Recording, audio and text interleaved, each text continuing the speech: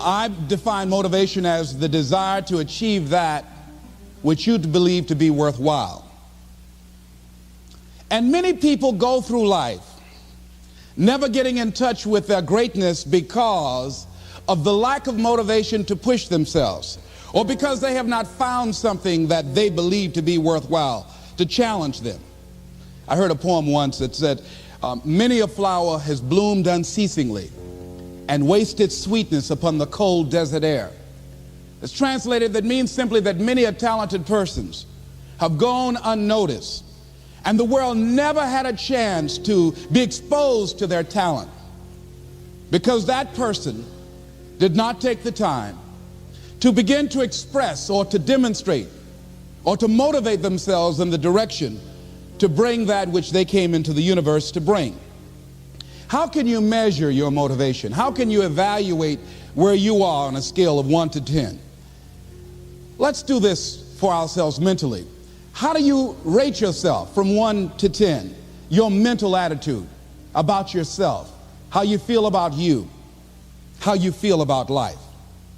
How do you rate yourself on a scale of 1 to 10 in terms of your physical appearance, in terms of your health?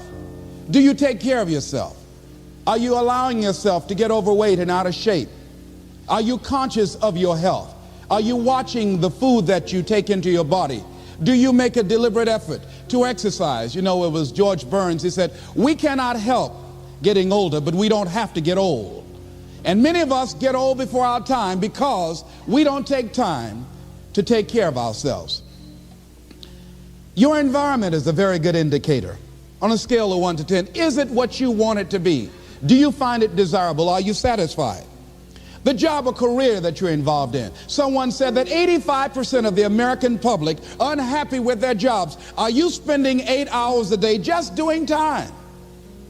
Doing something that you don't find challenging, that does not make you stretch mentally, that does not stimulate you, that does not inspire you. Something that you don't find a sense of fulfillment in it. If you're doing that day in and day out, it has to affect how you feel about yourself, your level of motivation. Your relationships. What kind of impact is it having on your life? Is it nourishing or is it a toxic relationship? Does it drain you or does it build you up? Ask yourself that.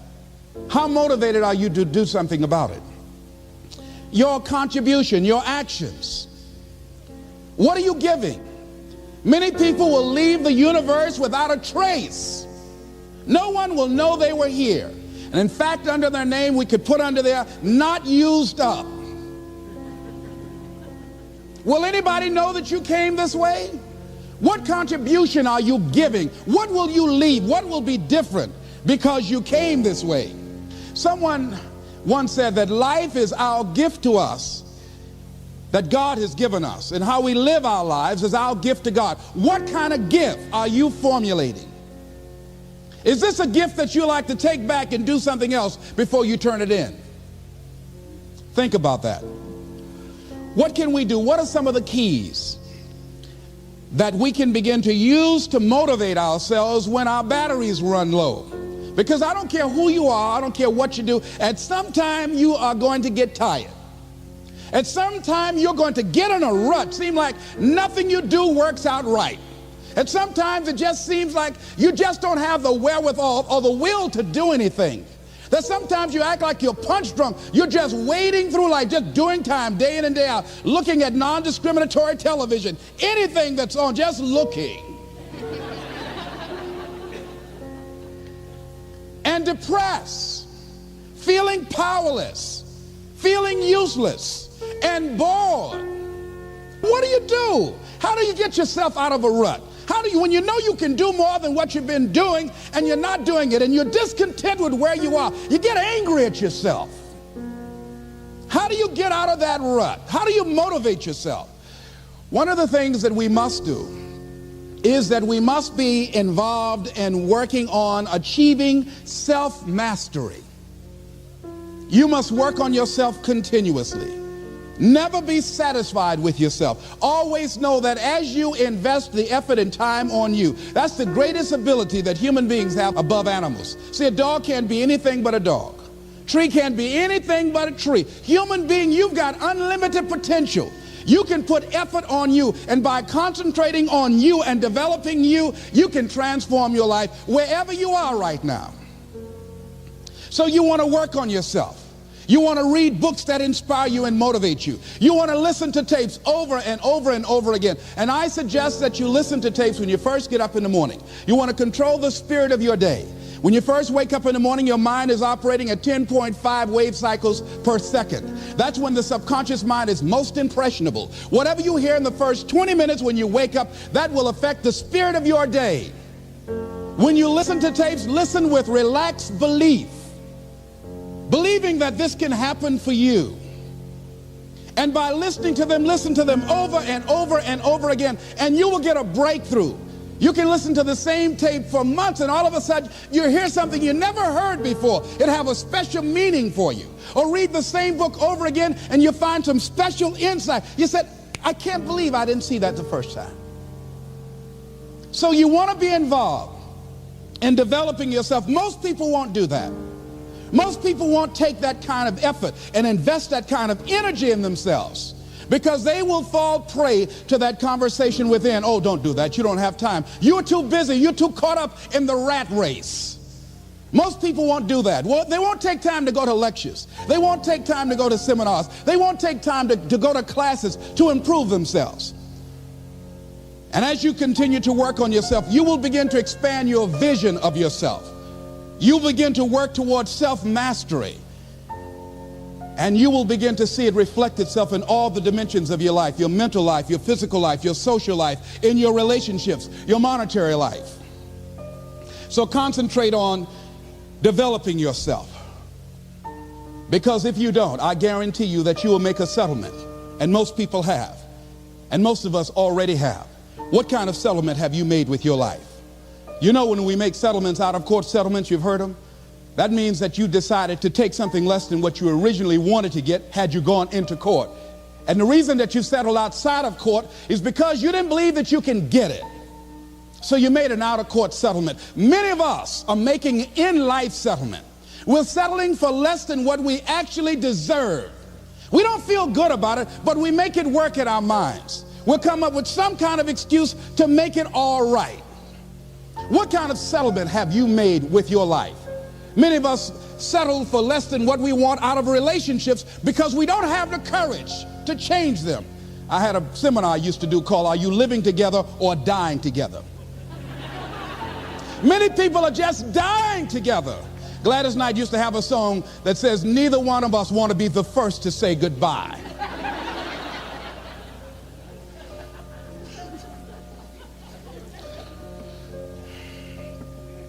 The next thing is, in order to begin to find some keys to self-motivation to drive yourself, in addition to working on yourself, and as you work on yourself, you feel good about yourself, and as you feel better about yourself, you treat yourself differently. Develop a health plan. See, you can't feel well and do well if you don't have good health.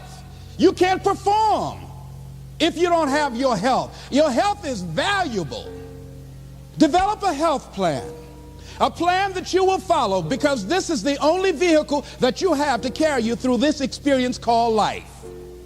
And you want to take good care of it because you love you enough. You care enough about you. And that's not easy.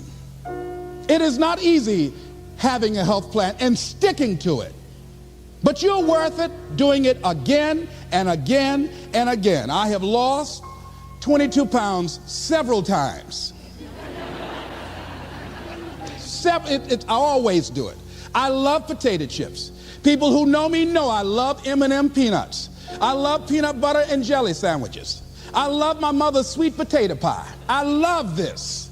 It's not always on my health plan, but I put it on there sometimes. I said life is too short to go without sweet potato pie. If I go tonight, I want you to slip a slice of sweet potato pie in my casket. And watch the smile on my face. Next thing is, as you take care of yourself, the next key is keys to motivation, to self-motivation. You want to live life with energy and passion. You want to make a conscious effort to be lively. See, in life, you either saying hello or goodbye. You either on the way or in the way. Leave dead people alone. Some folks just walking around looking, saying, how you doing, honey? Stay away from these people. Just go away from them. It affects you.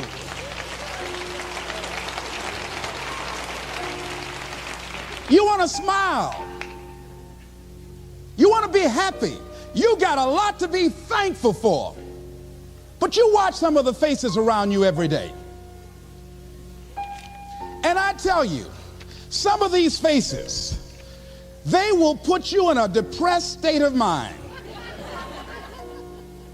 So you want to avoid these kind of faces. When you see them coming, turn your head.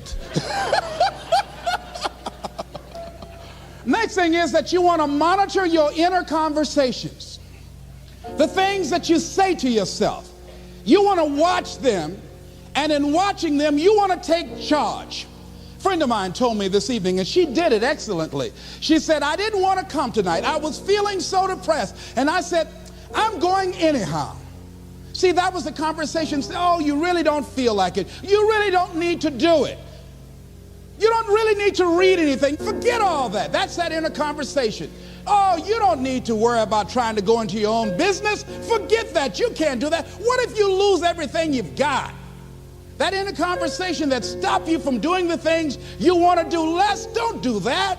How can you possibly think about being a motivational speaker? You don't have the contacts, you don't have the money, you don't know the right people. You're going to get up there and your mind's going to go blank. Forget all that.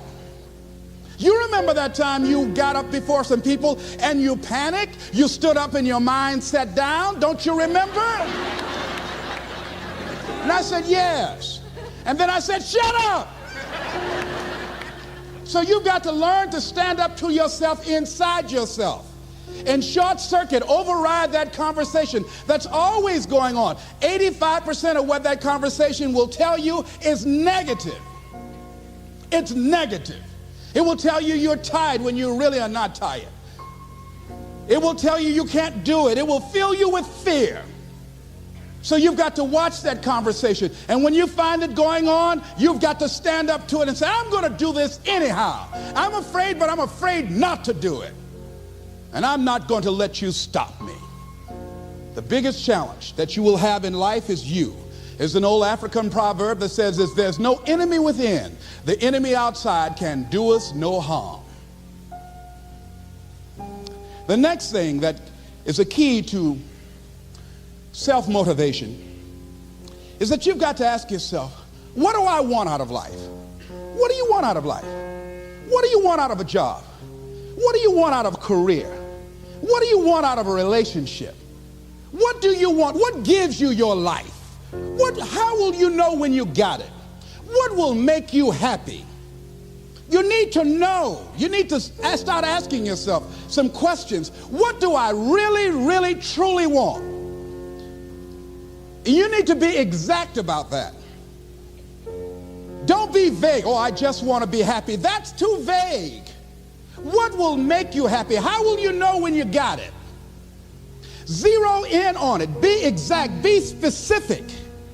And as you do that, that will stimulate that superconscious mind or the reticular activating system of your mind that will begin to find those things, to identify with it.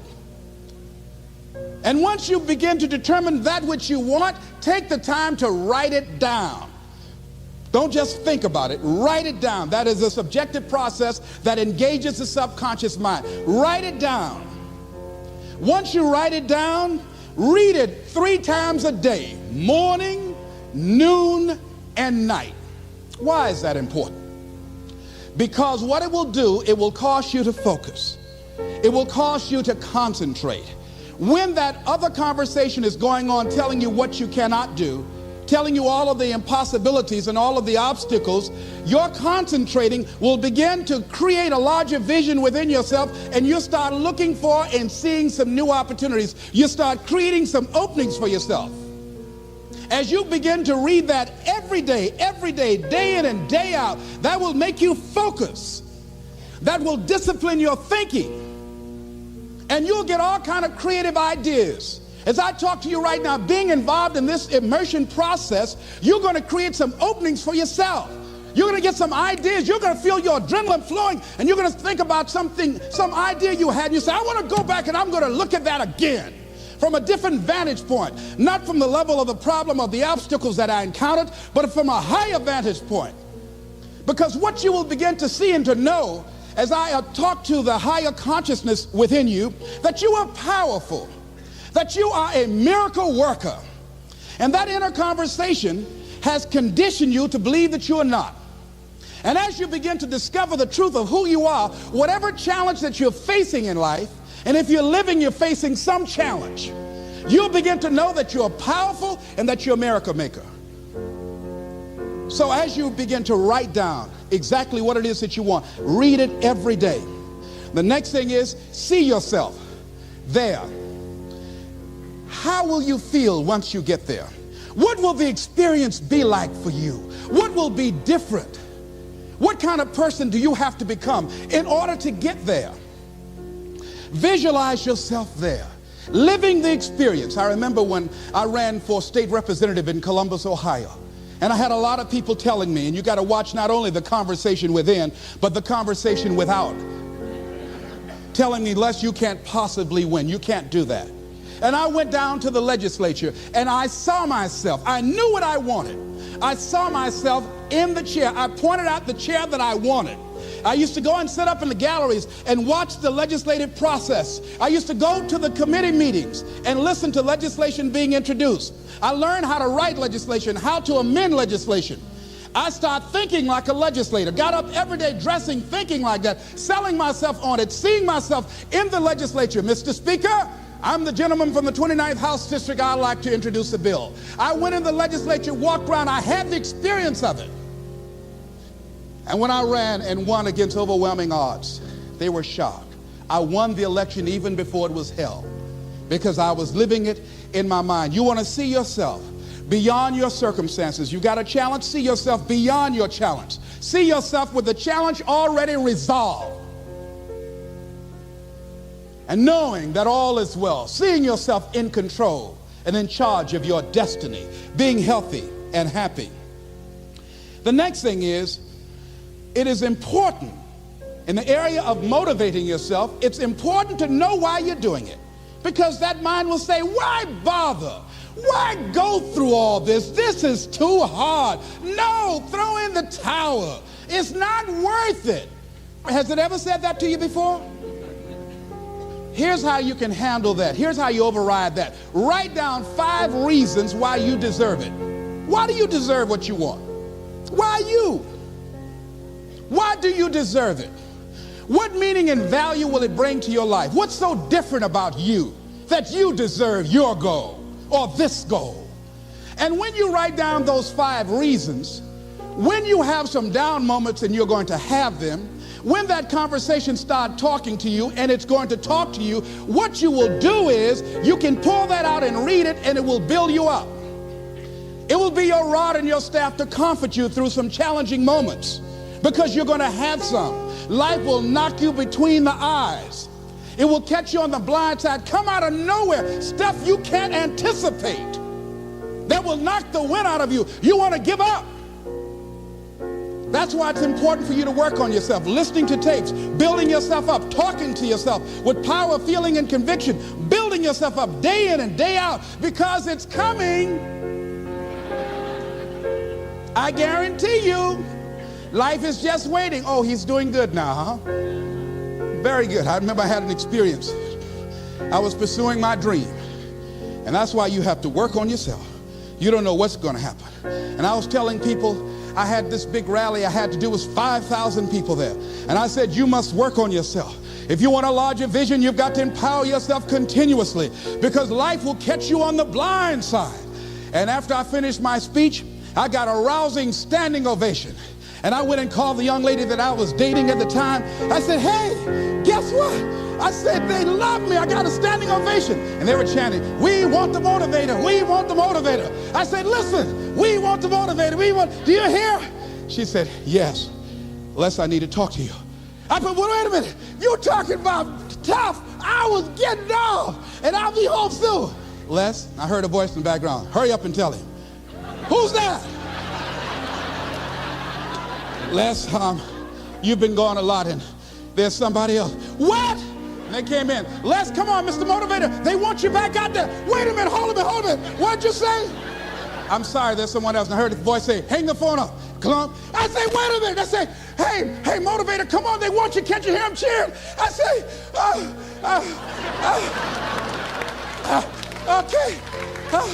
I say, when you working on a larger vision, I say, you got to really work on yourself because life will catch you on the blind side.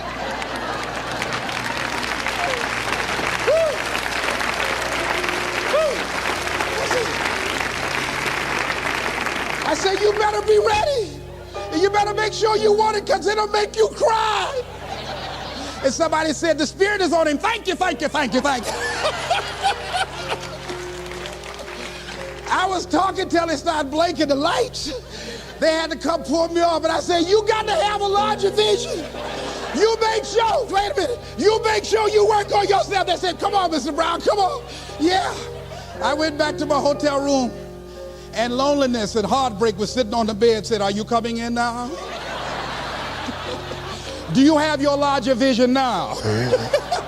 How's your positive attitude? Say, get on in here. Are you still breathing? Shut up. You want your gold? No, I don't want this gold now. Life will wear you out. You'll be saying, no, I can't, and no, I won't. You try to read and can't see nothing through the tears. I went plundering through the drawers in this hotel trying to find a Gideon Bible, anything, you know.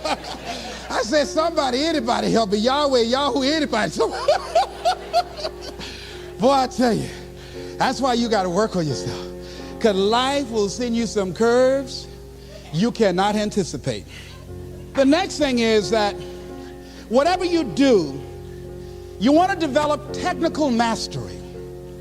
You want to be the best at what you do. You want to master it. See, part of self-motivation is you've got to find something that gives you a strong sense of competence. Well, you become known for that. You develop a reputation of being good at doing that. You set some high personal standards for yourself. You're not competing with anybody else. You're just unfolding yourself to be the best person that you could be. That you want to give the best quality service that you can give, because that is a statement about who you are. The other thing that's the key to self-motivation is recognize the fact that you're going to get into some slumps. Recognize the fact that you're going to encounter a great deal of failure in life. It goes with the territory. But in the face of that, you want to be relentless. When you want something, you don't expect everybody to say, oh, come on in. Oh, you want this? Oh, great. We want to give this to you. You're such a nice person. You're doing it for your family, aren't you? Great. No, life isn't like that. No, many doors will be closed in your face. Many loans that you will want. And they'll say, no, you don't have enough collateral. You don't have enough credit. And most people will give up. But you've got to decide that I'm going to be fearless. I refuse to be denied. And I'm going to go all out. I'm going to be relentless. I don't care how many no's I encounter. I like something Isaiah Thomas said when he was getting ready for a basketball game. He said, I'm going to either shoot us in or shoot us out, but I'm not going to not do anything. And that's the way to go. You can't make a basket unless you shoot the ball. You can't hit a home run unless you take a swing at it. Most people won't even take a swing. Well, I probably won't make it anyhow. That's the conversation within. They probably won't give it to me anyhow. If you want something, you've got to be relentless. You've got to decide, I deserve this, and I'm going to have it. And you go all out to get it. That drives you. The next thing is that when you want something out of life, you've got to be willing to go into action. Don't wait around for things to be just right. Don't wait for things to be perfect. Don't wait for the ideal situation. It will never be ideal. There will always be a reason. Well, as soon as the children grow up, as soon as I pay my bills, or as soon as I get my divorce, as soon as I get enough money together, do what you can, where you are with what you have, and never be satisfied. A lot of people never take a chance in life. They don't want to take any chances. They want the situation to be ideal. See, that's not walking by faith. That's walking by sight. If I can see it, I'll do it. No. That's a lot of people saying, if I can see it, I'll believe it. No. If you believe it, you can see it.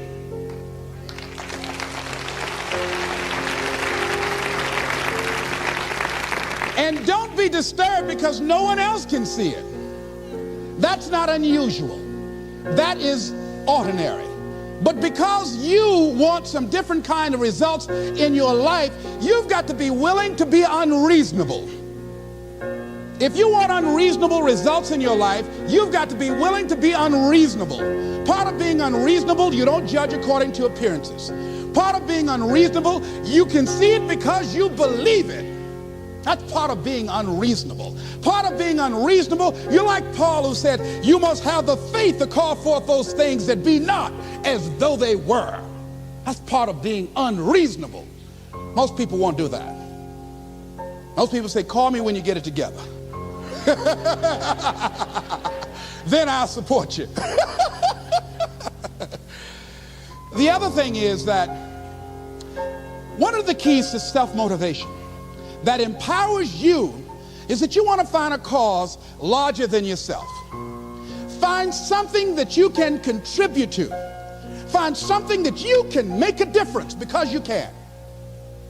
Part of what feeds your larger vision, part of what gives you a reason for being, part of what gives you your life is being able to give something back. Say, I can't afford to give anything. You can't afford not to give. Give your time. Give your talent. If it's nothing, just to go over there and lick envelopes. I don't know exactly what I'm going to do, but I'm going over there. It's part of my tithing in the universe. Once you develop that special sense of mission, and that's what you develop when you're part of a larger cause than yourself, it drives you. You don't need an alarm clock to get up in the morning. You have special power. You'll go places and folk will like to be around you. They will know there's something different about you. When you go in, they'll say, hey, that's somebody important. I want to know who you are. I just want to be near you. That energy that you have, that consciousness that you will embody will affect everybody around you. The next thing is that you want to create a home court advantage for yourself. You've got to be aware of who you have around you. So you want to be selective. Have friends that will enable you to grow. I have friends that help me to grow spiritually. These are my spiritual friends. I talk spiritual stuff with them. I have some other friends who are just intellectual friends. They make me grow intellectually. They make me stretch. I have some professional friends. I'm a member of the National Speakers Association. I get together with other speakers and we learn from each other and we grow from each other. I have other friends who are just social friends. All we do is just socialize together. We'll look at a basketball game together or go out dancing, but that's all we can do. We don't talk anything serious, nothing spiritual, nothing intellectual. That's not that kind of relationship. Nothing heavy up in here. Have other friends, we walk together. That's all we can do, walk together. Talk about we're going to lose weight one day by and by for good, all right? That's all we do. Nothing else. So, according to the relationships that you develop, we grow from people and projects. And the relationships that you develop can enhance and can enrich your life, or they can drain you. I know many talented people who had a great deal of potential, but because they didn't surround themselves with other people that will inspire them to transcend themselves, they never realize their greatness, and they will end up going to their grave with all their good stuff still in them. So you want to look at your relationships, the people that you're involved with, the people that you communicate with most often, and you want to ask yourself the question, what am I becoming because of this relationship? Does it inspire me? Am I motivated? Am I encouraged? Am I driven to develop myself? Am I seeking my own greatness? What kind of person am I becoming because of this relationship? Am I becoming more cynical and negative about life? Ask yourself that. The next thing is, you've got to say yes to your life. You've got to say yes. Yes to my dreams. Yes to me. Yes, I can make it. Yes, I can. Doesn't matter how many failures I've made. Doesn't matter how many mistakes I've endured. Doesn't matter about my defeats. Doesn't matter about what I've done. Yes, yes. I don't care about the fact I'm in a hole now. Doesn't matter about where I am. Yes. The last chapter to my life has not been written yet. If you judge me now, you'll judge me prematurely. I haven't exposed all my stuff yet. I'm still in the process of transforming my life. I'm still in the process of becoming. Yes. I had somebody in my life at one time told me, you'll never make it. And I said, I'll show you. And what energized me, what motivated me was something that Frank Sinatra said. He said, the best revenge is massive success.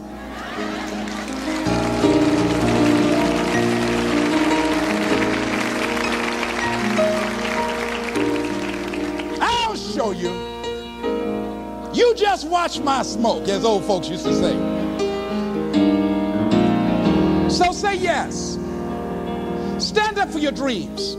Stand up for what you want in your life.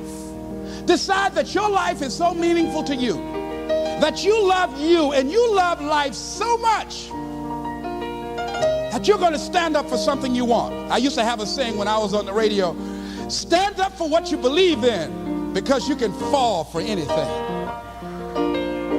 So what I say to you this evening, that you are powerful. You have miracle working power in your life right now. But you've got to work on yourself. You've got to develop yourself. You've got to talk to yourself day in and day out, selling yourself on you and on your potentials. And you've got to know that you are worth all of your effort.